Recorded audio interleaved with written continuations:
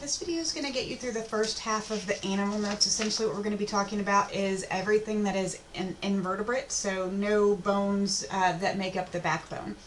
So to start you out, we have what are the characteristics that makes an animal, and so we are all eukaryotic, which again means complex cells, nucleus, all that jazz.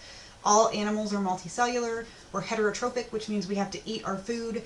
Animals have to be able to move around at some point in their life. That doesn't mean as adults they have to be able to, but they did at some point. Most animals are going to have true tissues. The only exception to that is sponges. And most animals are going to have organs. Again, sponges are an exception to that rule though. Next up, just some terms for you to define. Invertebrates is again what we're going to be talking about today. So all of the animals that are up here are examples of invertebrates. So you have jellies, which most people call jellyfish, but they're not fish, so I don't like to call them that. This is an octopus. This is, I forget the name, swallowtail butterfly? Lunar butterfly, I don't know, something like that. But all of the animals up here are invertebrates. They don't have any bones, they don't have any cartilage. They can squeeze through really super teeny tiny holes in a lot of cases. Vertebrates, on the other hand, do have vertebrae that are either going to be made out of cartilage or bone, and everything up here is an example of a vertebrate. So yeah, we have fish, both the cartilaginous fish and the bony fish. This is a snake and a frog riding the snake, and both of those happen to be vertebrates as well. Now, one of the features that's going to help you figure out what kind of an organism you're looking at actually isn't all that easy to see, and it has to do with how the embryo is going to develop. We talked about this a little bit back in the reproductive chapter, but a blastula is what's actually going to implant into the uterus to create a pregnancy. After a blastula forms, what happens is some of the cells start to sort of punch upward, and so you get this opening, and this ends up changing the blastula into a gastrula. But what happens to that opening kind of determines what class of organism you're going to be looking at some point. So we're going to be talking a little bit about this blastopore later on, but that's what happens after the blastula forms a gastrula. Now, one of the other things you can use to help you figure out what kind of animal you're looking at is to determine what kind of symmetry it has. And symmetry essentially means if you cut something in half, you'll get two equal sides. If something is radially symmetrical, that means you can cut it in lots of ways. So you can cut this from top to bottom, you get a right and a left half. You can cut it down the middle this way, then you get an equal top and bottom half. So if it's like a pizza, you can cut it in half in a whole bunch of different directions. So this sea anemone is an example of a critter that has radial symmetry. The other option, if there's symmetry at all, is bilateral symmetry, and this means that you can cut the organism only in one direction. So if you were to stretch Strangles, the snake, out so that he was nice and long, you could only cut him one way to get two equal halves. If you were to try to cut Strangle's food, same thing, you can only cut it one way to get two equal halves. And so both of the animals in this picture are bilaterally symmetrical. Cephalization means that the organism has a pretty distinctive head region. So there's going to be eyes or eye spots in the case of this planaria. If there's ears, they'll generally be in this area. This guy does not have ears. If there's a nose, it will generally be in this area. So when you start to get cephalized, you start to get a little bit more advanced. You start to have a definite head end, a definite butt end, essentially. Now, coming back to the blastopore from a second ago, the fate of that blastopore determines whether you're going to have a protostome or a deuterostome.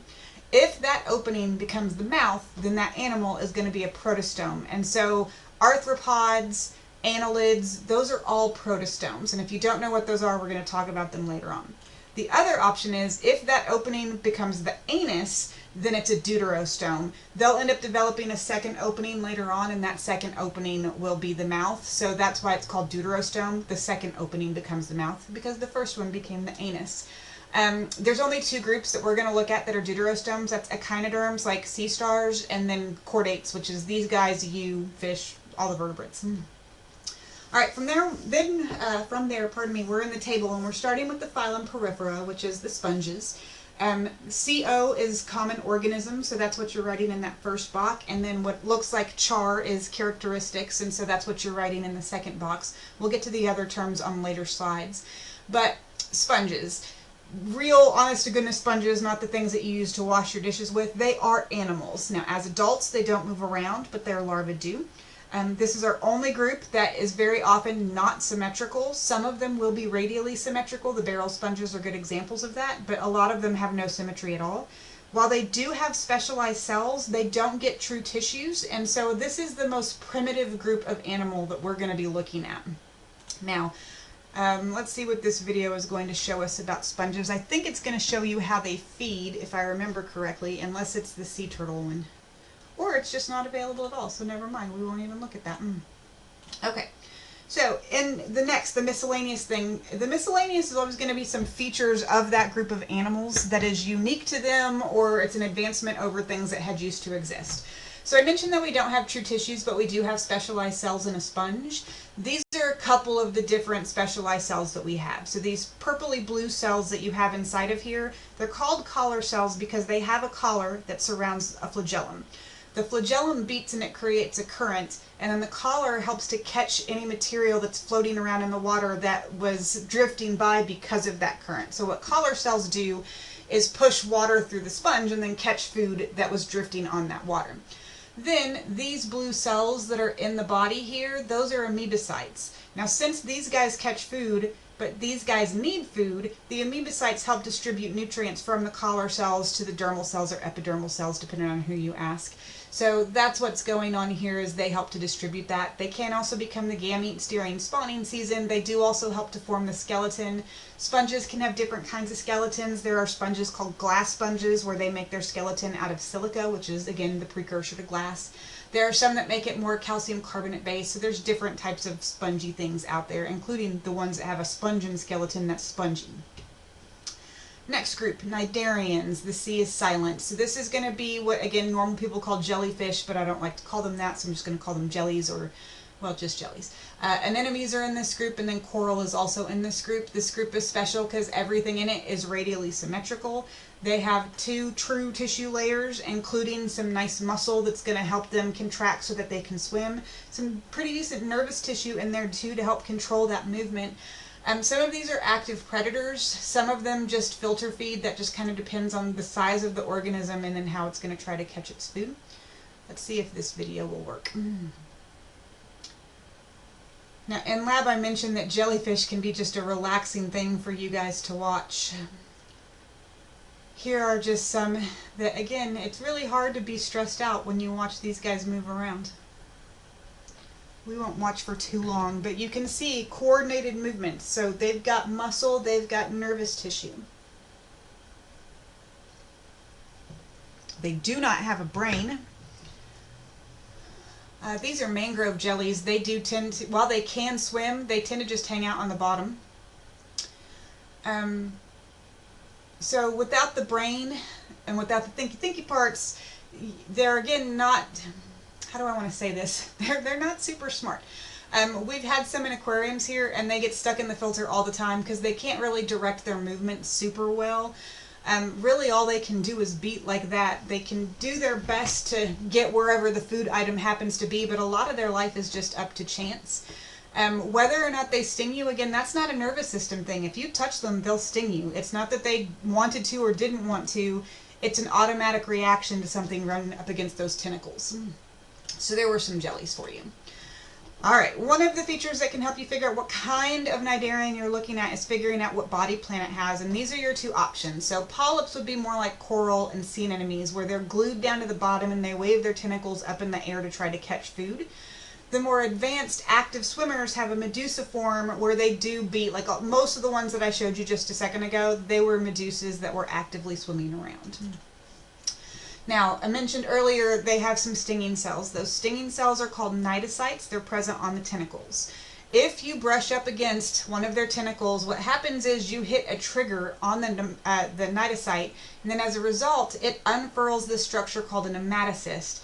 The nematocyst is like a tiny little hypodermic needle, and I'll show you what I mean in just a second. Apparently I didn't link to it, so I'm going to come out as I'm talking about it.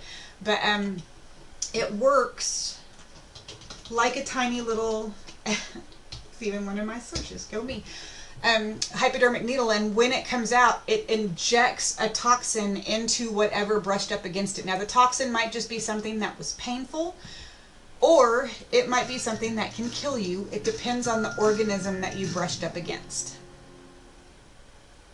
The great enemy of writing isn't your own lack of talent, it's being interrupted. If you've ever been stung by a jellyfish, you know that it's awful. Let me show you. So there's 2 ways that an animal can harm a human chemically, right? The first one is poison. We know what that is. Like, if I were to eat this jellyfish and it was poisonous and I were to get sick, it's because it is a poisonous animal, right? Now, venom is different. Venom is injected into your body. So it's kind of like these hypodermic needles. If you fill them up with venom and then you were to take that and inject that into your arm, that would be a venomous way of causing pain to your body, right? So wouldn't it be crazy if there was like hypodermic needles built into their tentacles and they could just stab you with them as soon as they rubbed up against you? Because that's exactly what happens. Jellyfish tentacles have organelles in them called nematocysts. They're like little hypodermic needles. And when you're swimming and those hypodermic needles brush up against your body, they stab into you and inject venom. Alright, I'm going to skip some stuff and take you to them in action. So he has a high-speed camera and a microscope. And so what they would do is electrically stimulate these tentacles, and you can see the little harpoon shooting out. Again, it wasn't actively trying to hit what was over here necessarily. It wasn't thinking about it. It just got stimulated to release them, and so it released and then shot out its toxin. Now I'm going to skip again because this part, okay, no, I don't need to skip, it's right here. This one they actually time how long it takes to deploy the nematocyst and then start to secrete the toxin from that nematocyst. And you can see it does not take them very long to do that. You can see even, there you go, they labeled it for you. You can see the venom being ejected. Notice it didn't hit anything. All of this is automatic. It just happens. So that's how jellyfish sting you. They shoot little needles at you and then envenomate you with their little needles. Oh, nuts. And since I backed out of here, it backed out of all of this. So the nematocyst is contained within the cnidocytes. Next up, platyhelminths are in the phylum Platyhelminthes. Common organisms, these are flatworms, tapeworms, flukes, things like that. Characteristic, this is our first group that has bilateral symmetry, so there's only one way that you can cut them to get two equal halves. This is also our first group where you can tell there's a head region and there is a butt region. We have true tissues in this group as well. This is another one I'm going to take you out because most people haven't really seen a lot of flatworms in their life, so I wanted to show you what some of them look like. Oh, this is actually a good video for you guys to study. It's a nice taxonomy one. So what I would recommend, it's a long video. I'm not going to sit here and play the whole thing for you guys. But if you're struggling with this taxonomy in either lecture or lab, watch this crash course video and it can help explain all this taxonomy that we're about to go over. So just search for that, Crash Course Biology number 22, and then you can watch this video. If I remember, I'll post this for you guys within Blackboard as well. All right. Flukes are an example of a platyhelminth. These are parasites. If you are a hunter where you're eating deer or feral hogs, you want to make sure if you eat the liver that you check it really well to make sure there aren't flukes in there, because if you eat it and didn't cook it well enough, you can get a parasite from the animal's liver that you're eating. Tapeworms, generally same thing. It's another parasite. It's another flatworm. This one, however, is special because it does not have a digestive system of its own. It lives in yours and it eats your food from you. So there's this weird dichotomy for human beings that's actually something that people debate. If you get a tapeworm infestation, you can lose weight, and there are a lot of people who are willing to do a lot of different things to help them lose weight. One of the quirks of your immune system is the same cells that fight tapeworms are the cells that give you allergies. And so if you get a tapeworm, your allergy symptoms actually decrease. So there are people who make the conscious choice to give themselves a tapeworm infection because if they have tapeworms, they will lose weight and their allergies will get better. However, there can be some serious downsides to that because tapeworms can breed inside of you and reproduce, and so it's not really something you want to play around with. Next up, we have the phylum Mollusca. So this has a lot of different types of organisms that are inside of it. They are all bilaterally symmetrical. This is our first group that has a true body cavity, not a fake pseudocoelom like the flatworms just a second ago. Once you have a body cavity, then the next choice is, do you have a protostome or a deuterostome? And the next few organisms that we're going to talk about are all protostomes. The other characteristics are the next two things we're going to talk about. So this is a clam that's been dissected, and you can see this sheet that's already been labeled for you guys. This sheet that actually makes the shell, that's the mantle. If a little piece of sand or something irritated gets under the mantle, that's how clams start to make pearls inside of there. So the mantle is also what secretes pearls if you are a person who likes pearl earrings and things. The foot is where like the heart is. It's where a lot of the digestive organs are as well.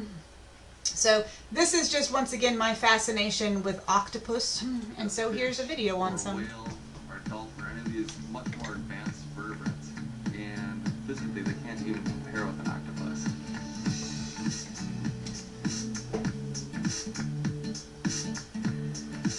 My name is Brett Grassi. I'm an aquarium biologist at the Monterey Bay Aquarium. I am fortunate enough that I get to work with our giant Pacific octopus.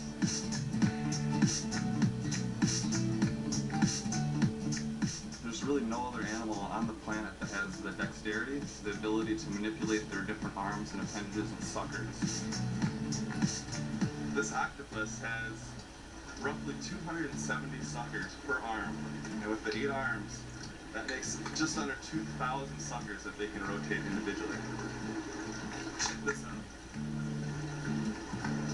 This is something crazy, like, if she grabs on with a few of them, they form almost a united hand, and it's almost like they're all one appendage grabbing on. See how they're overlapped here and linking? And she is strong. They have great strength with their suckers. I'm pulling very hard here. Almost the whole animal's weight right now is on her suckers, and she is holding on with ease.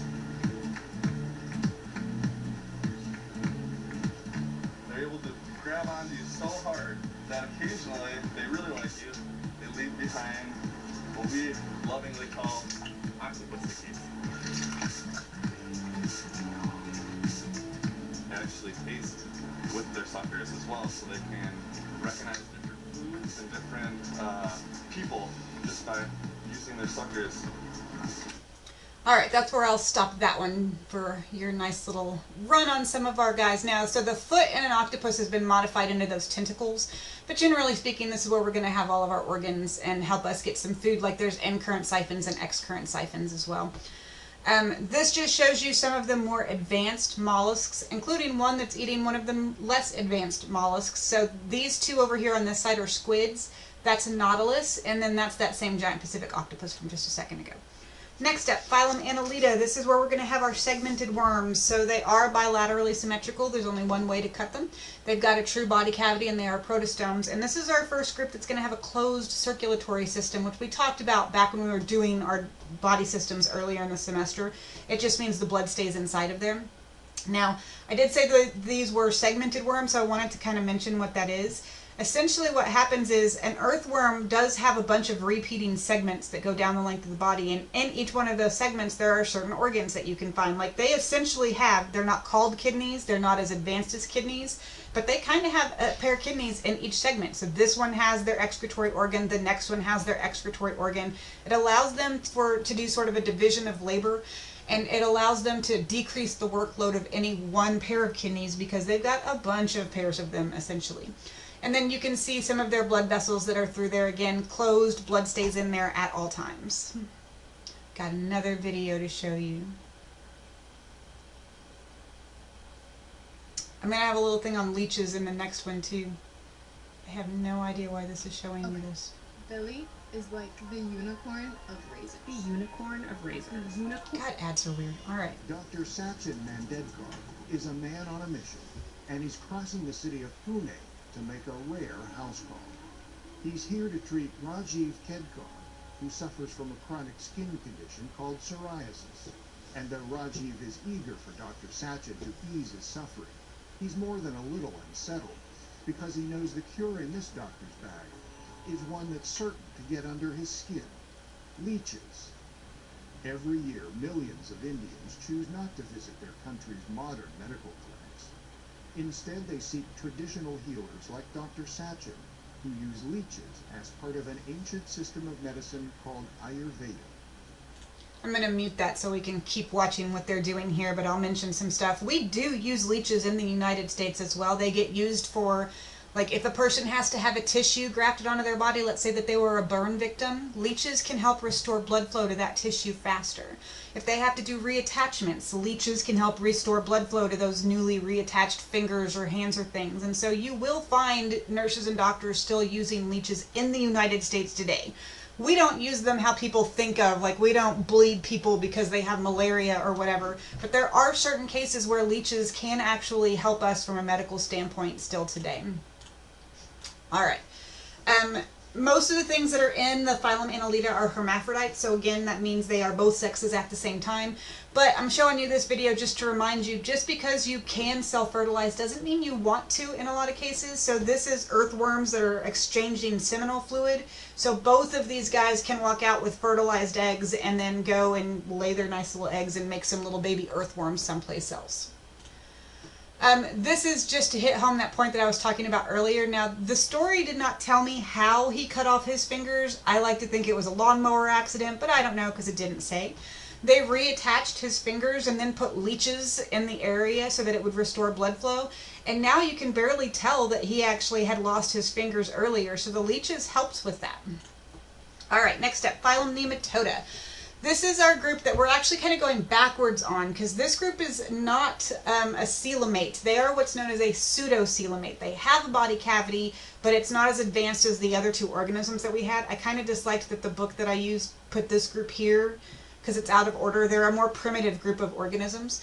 What this picture is showing you is a dog that has heartworms, and so this shows you why you want your dog to be on heartworm preventatives, because if your heart is filled with worms, it can't fill with blood, and so blood pressure is going to plummet, and that's not okay for the life of the animal. So I mentioned they're pseudo-coelomates. So everything that we had just been talking about, they would have this red tissue both on this side of the coelom and on this side of the coelom. It would be completely lined. But here, the organism does have the body cavity, but they only line it on one side with the muscle over here, the mesoderm. One of our groups of nematodes is the pinworms. We talked about them in lab already, so just pause it if you need to get what this says. Trichinella we talked about in lab as well, so I'll just say pause it so you can get what you need. Okay, phylum Arthropoda. I started putting this up here because so many students kept calling them Anthropoda, but it's not. Arthropoda means jointed legs. Pretty much everything in this group, actually everything in this group, has jointed legs that allow them to walk around. Anthropoda would mean man foot, and they do not have man foot, so Arthropoda, not anthro. This is a very diverse group. In fact, most people consider it to be the most successful group of animals that are still alive on the planet today.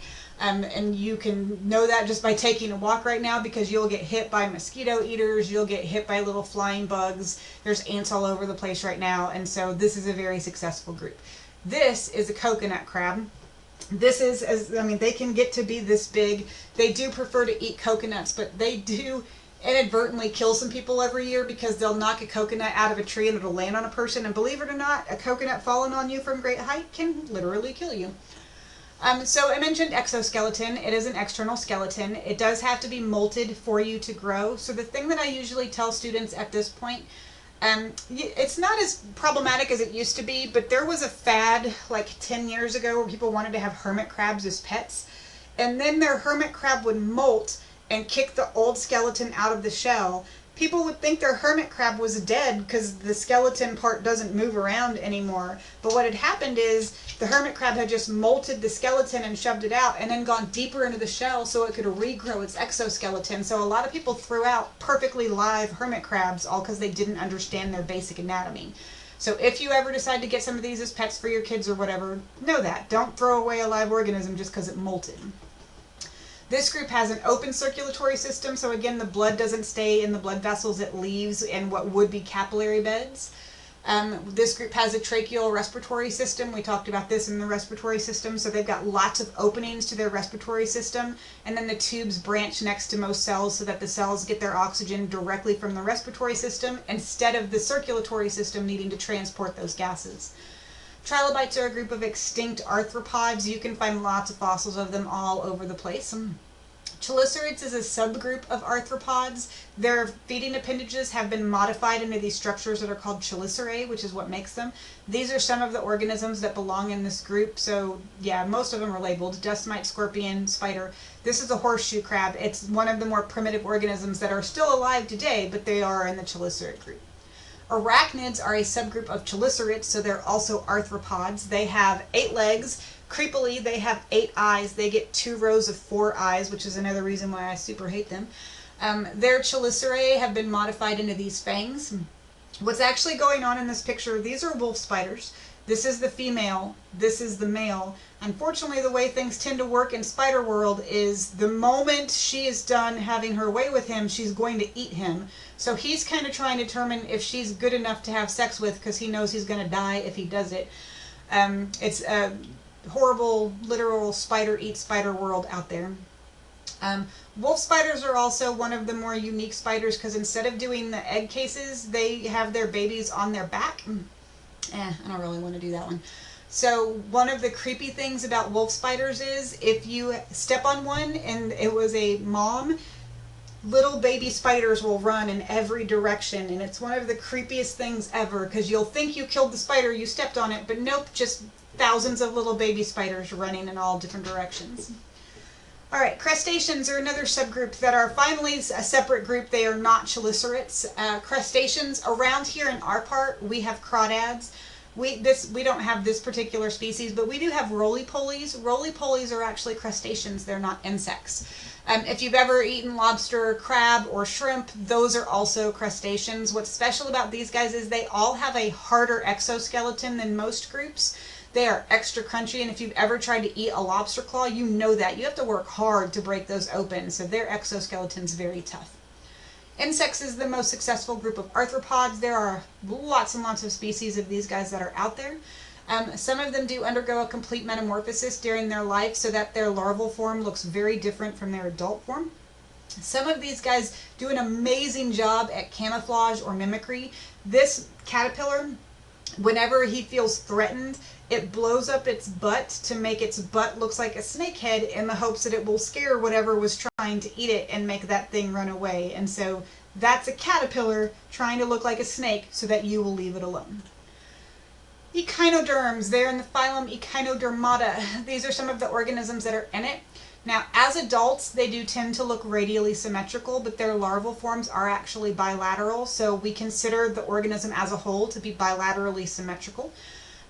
This group does have a true body cavity, and that blastopore becomes the anus, and so this is our first group that is a deuterostome. Unlike you guys who have a blood circulatory system, these guys have a water vascular system, so their blood is actually just seawater, and we'll come back to get that in the notes here in just a second. This video I like to show people because most people in our area have never seen a live sand dollar and what they look like. So here you go. This is what a sand dollar looks like when it's still alive. He's not happy right now. He would prefer to be in the water. But he's just running around scraping little foodie materials off the sand that he eats in. So now you know what a real live sand dollar actually looks like. So the water vascular system, especially in the sea stars, it's going to create these structures that are called tube feet. The tube feet, they can use it to walk around. They can also create little suction cups with their tube feet, and they will use that to pry open clams and mussels and oysters and things because that's what they eat. And so I think this video was of one using its tube feet. Yeah, you can see it just a little bit. He's going to shove, I think, a piece of scallop in there. And if you look really closely, you can see the little tube feet moving around, trying to get that little piece of what I think is scallop. Oh my goodness, this person must have been drunk as they were handling the camera. But look at all the tube feet trying to grab it and then move it closer to the stomach. So in this case, it's helping this particular. One of the other things that sea stars can do better than a lot of other groups is regenerate. If you cut an arm off, as long as there's a portion of what's known as the central disc, it can regenerate a whole body from that one arm. Or if you cut an arm off, it'll be able to regrow that arm. So they were really good at regeneration. Next up, we have the phylum Chordata. So some of the phylum Chordata is an invertebrate group. There's two different subphyla that fall that way. And then there's the subphylum Vertebrata, which is what includes all the vertebrates. The first two groups, tunicates and lancelets, they are not vertebrates, but they do have all of the features that make them chordates. So the features that make them chordates, they have what's known as a dorsal hollow nerve cord. Everything before this point has had a ventral solid nerve cord, and so this is different. They have a notochord. That notochord in vertebrates is going to become the vertebrae that help to support the dorsal hollow nerve cord.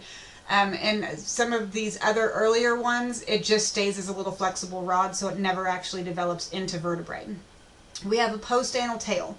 What that means for us is, so most of the organisms up to date, the anus was at the very end of the body. There was no body after anus. We, on the other hand, have some body after anus, and so that's a special treat. And then we have some pharyngeal slits. Now, you don't have to have all 4 of these features as adults. You just have to have had them at some point in your life. From there, some terms that are going to be relevant, especially as we start to talk more about some of our vertebrate groups. So cranium just means that you have a bony skull. Vertebrae are the backbones, like your cervical vertebrae, your thoracic vertebrae, your lumbar vertebrae. And then the jaws are, the maxilla is the top jaw, the mandible is the bottom jaw. They have the teeth in them if you're going to have teeth so that you can chew your food if your jaw is able to open and close, which humans are. Tetrapod means you have 4 limbs. In our case, 2 arms, 2 legs. Some just have 4 legs. Some of our vertebrates are going to have an amniotic egg that allows us to have an egg that can survive outside of water. That starts with the reptiles. It continues through birds and mammals. The earlier ones, like amphibians, which is what I'm showing you right here, they don't have that amnion, which means their eggs have to be laid in water or they would dry out and the baby would die. So an amniotic egg allows for terrestrial breeding. These 2 words we had talked about before, so just get what you need from here.